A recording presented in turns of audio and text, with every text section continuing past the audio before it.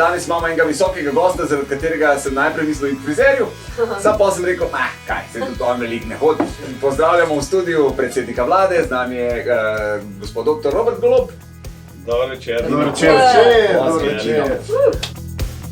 To nedeljo gremo ponovno na volišča, tokrat 3 referendumi. Volili bomo zakon o vladi, zakon o RTV-ju in odločali se bomo o zakonu o dolgotrajni oskrbi. Ok, najprej najpomembnejše, glasovati treba 3-krat za.